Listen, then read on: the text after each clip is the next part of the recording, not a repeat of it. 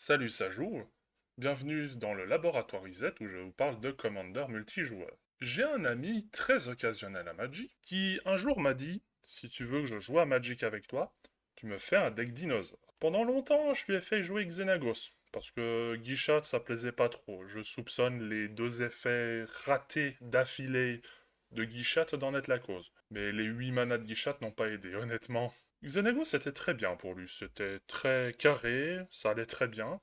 Le seul problème, c'était les gestions. C'est vrai que, selon lui, c'était absolument bizarre de pouvoir dire je bloque avec un dinosaure et j'utilise un sort de fight ou de morsure sur une autre créature. Quoi? Mais c'est possible de faire ça? Mais oui, pose la question. Pose la question si tu ne sais pas. Et ça, j'invite les gens qui ne connaissent pas très bien les règles de Magic et qui ont des questions de dire ah, comme mon ami qui se dit ouais, mais je pense que c'est bizarre de faire ça, donc je le fais pas. Non, posez la question. Bon, il n'y a pas de question bête. Puis est arrivé Pantlaza. Et mon ami a découvert les gestions très puissantes du mana blanc. À tout hasard, chemin vers l'exil, qui permet d'exiler une créature pour un mana blanc. C'est vrai que ça a fait son petit effet. Et cet ami, un jour, est venu vers moi et m'a dit qu'est-ce qu'il faut faire avec ce deck? Parce qu'il le jouait, hein, il le jouait, j'ai invoqué des dinosaures, il était content, mais en me posant cette question, je me suis dit, ok, il a envie peut-être de passer un peu l'étape supérieure. Et j'ai retenu majoritairement trois points pour lui expliquer des choses. Le premier point, c'est de savoir garder du gaz. Parce que c'est bien joli de tout déballer ce qu'on a en main, tout mettre sur la table, jouer un maximum de sorts, etc.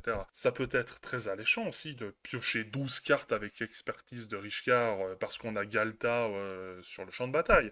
Mais en faisant ce genre de choses, déjà que les dinosaures, ou par exemple dans le cas des dragons ou des anges, c'est un peu pareil, c'est déjà quelque chose qui fait peur de base. C'est des grosses créatures, généralement, peu de monde a envie de se bouffer une 5-5 évasive dans la tronche. Ça fait son petit effet. Donc quand le joueur dinosaure commence à faire plein de trucs, oh attention, là ça devient dangereux. Donc c'est bien joli de balancer tout sur la table, mais le problème, si vous êtes full tap, bah, vous pouvez parer. Le truc intéressant avec ça, c'est de savoir jauger. Jauger entre est-ce que je suis menaçant, mais est-ce que le nombre de joueurs à la table qui eux aussi ont des trucs en jeu, est-ce que ça contrebalance le fait que je suis pas si dangereux que ça ou pas autant ce que je laisse présager? C'est un juste milieu forcément à connaître en jouant, en connaissant votre playgroup, etc. Ça c'est de l'expérience de jeu, hein, simplement. Mais le fait de garder du gaz est aussi important pour une chose. Si vous faites raser votre champ de bataille ou simplement détruire quelques-unes de vos pièces, eh ben vous pouvez toujours en rejouer parce que c'est par exemple dans le cas de Pantlaza, vu que Pantlaza veut voir un dinosaure arriver pour déclencher une découverte X étant l'endurance de la créature, bah il vous faut des dinosaures à jouer. Parce que si vous jouez tout de la main à chaque tour, alors bien sûr un dinosaure généralement ça coûte cher en mana. Mais si vous arrivez à jouer peut-être deux dinosaures d'un coup parce que vous avez beaucoup de mana, vous avez beaucoup rampé, vous êtes en late game, forcément, ça devient moins intéressant. Pantlaza ne trigger qu'une fois. Alors, si vous voulez vraiment faire de la value avec Pantlaza. Mais poser votre main, c'est pas tout une bonne idée que ça. Donc, savoir garder du gaz. Déjà pour pouvoir jouer les autres tours. Notamment à cause d'un rasboard, comme j'ai dit précédemment. Mais aussi une autre chose importante, c'est quand vous avez des sorts de gestion ou de protection dans votre main. Par exemple, vous avez un charme de Boros dans votre main qui peut protéger tous vos permanents de la destruction. Ou que vous avez un sort de gestion, par exemple Get Lost. Pour un mana blanc et un mana générique, vous pouvez détruire une créature ou un enchantement. Ou un Planeswalker. Eh bien, le truc intéressant, parce que mon ami faisait totalement l'inverse, c'était d'utiliser d'abord les terrains faisant plusieurs couleurs de mana. En premier pour payer le sort, il se retrouvait avec des terrains de base. Le problème, c'est qu'en faisant ça, vous êtes potentiellement prévisible. Alors, autant ça peut être intéressant pour des joueurs plutôt débutants de dire attention, j'ai un mana blanc d'ouvert, j'ai des gestions qui ont du mana blanc, donc fais attention. Ça peut être intéressant pour l'accueil et la pédagogie des nouveaux joueurs. Mais pour des joueurs plus expérimentés, peut-être vaut mieux leur donner le moins d'informations possible, parce que si vous avez votre forêt et votre montagne de dégager, un joueur un peu plus aguerri se dira ok, donc il n'a pas de gestion blanche pour me gérer. Par contre, il y a peut-être intervention héroïque, parce que ça coûte au moins un mana vert et ça coûte 2 mana. Alors que si vous avez un jardin du temple et un terrain de prédilection en jeu qui sont dégagés, vous avez du vert ou du blanc et un vert ou du rouge, là il y a beaucoup de panels de possibilités. Vous avez Get Lost qui est possible, intervention héroïque ou charme de Boros. Beaucoup d'informations possibles. Enfin, d'informations, beaucoup de possibilités qui peuvent arriver en fonction de ce que les adversaires vont faire. Et si vous avez par exemple votre tour de commandement ou un jardin de Jetmir dégagé, là c'est encore plus brouillon parce qu'il y a un terrain qui fait 3 couleurs de mana, donc qu'est-ce qu'on peut faire?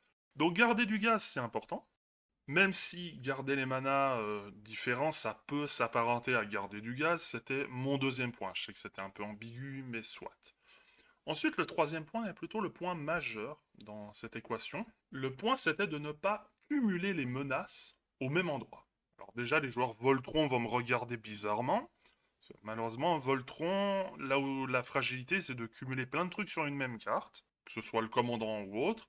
Et le problème, c'est que si on se la fait gérer, ben on se fait gérer beaucoup de trucs d'un coup. Et justement, c'est vrai que de donner l'effet de Xenagos, le dieu de la débauche, sur Galta, qui est une 12-12, d'en faire venir une 24-24, c'est particulièrement alléchant. Surtout que mon ami est très timide, j'aime les gros dinosaures taper, tout ça.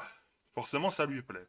Le problème en faisant ça, c'est que vous avez une 12-12, piétinement. Alors Galta coûte pas spécialement très cher en mana si vous avez déjà un peu de créatures sur la table, mais le problème c'est que vous avez une 12-12. Et en plus vous lui mettez un effet quand même très puissant, celui de Xenos, c'est quand même pas mal, hein. Donner célérité et donner un plus X plus X égale à la force de la créature, c'est vraiment vraiment fort. Le problème en faisant ça, c'est que si vous faites gérer Galta, non seulement un joueur ne prendra pas 24, vous perdez votre 12-12, et en plus, vous perdez votre effet de Xenagos. Alors que si vous avez Galta et, par exemple, un Golfroi Tremblotaire, qui a résolu son effet, donc ça devient, c'est juste une 6-6 piétinement à présent. Donc vous avez deux 12-12. En attaquant intelligemment, vous pouvez vous retrouver avec un joueur qui va se bouffer une 12-12, donc Galta, et un adversaire qui va se bouffer une 12-12, donc une 6-6 doublée, et cet adversaire-là a une gestion. Alors, ça l'aurait arrangé de tuer Galta, parce que sur le long terme, c'est plus intéressant de gérer une 12-12. Parce que si Xanatos se fait gérer par la suite, au moins il n'y a plus de 12-12. Alors que gérer une 6-6 qui se fait doubler, c'est moins intéressant. Donc forcément, ne pas cumuler les problèmes au même endroit, ça peut être des dilemmes un peu cornéliens pour les joueurs. Et une fois de plus, pour faire de la pédagogie sur des joueurs, si un joueur dit «Ah mais moi je ne sais pas quoi gérer là à ce moment-là», bah écoute, tu gères mon Galta qui est une 24-24, là t'es gagnant. Une fois de plus, pédagogie, tout ce genre de trucs. Ça peut être intéressant dans les deux sens. Savoir garder du gaz, ça peut être important. Et forcément, ne pas cumuler les problèmes, c'est très important. Parce que forcément, si vous êtes trop prévisible, pas forcément une bonne chose. Mais dans un cas pédagogique, c'est intéressant. Et voilà, c'est tout ce que j'avais à dire pour cette vidéo. N'hésitez pas à commenter, à liker, ou à ne pas liker si ça ne vous plaît pas, hein, ça c'est votre choix. Et en attendant, je vous dis ciao bonne.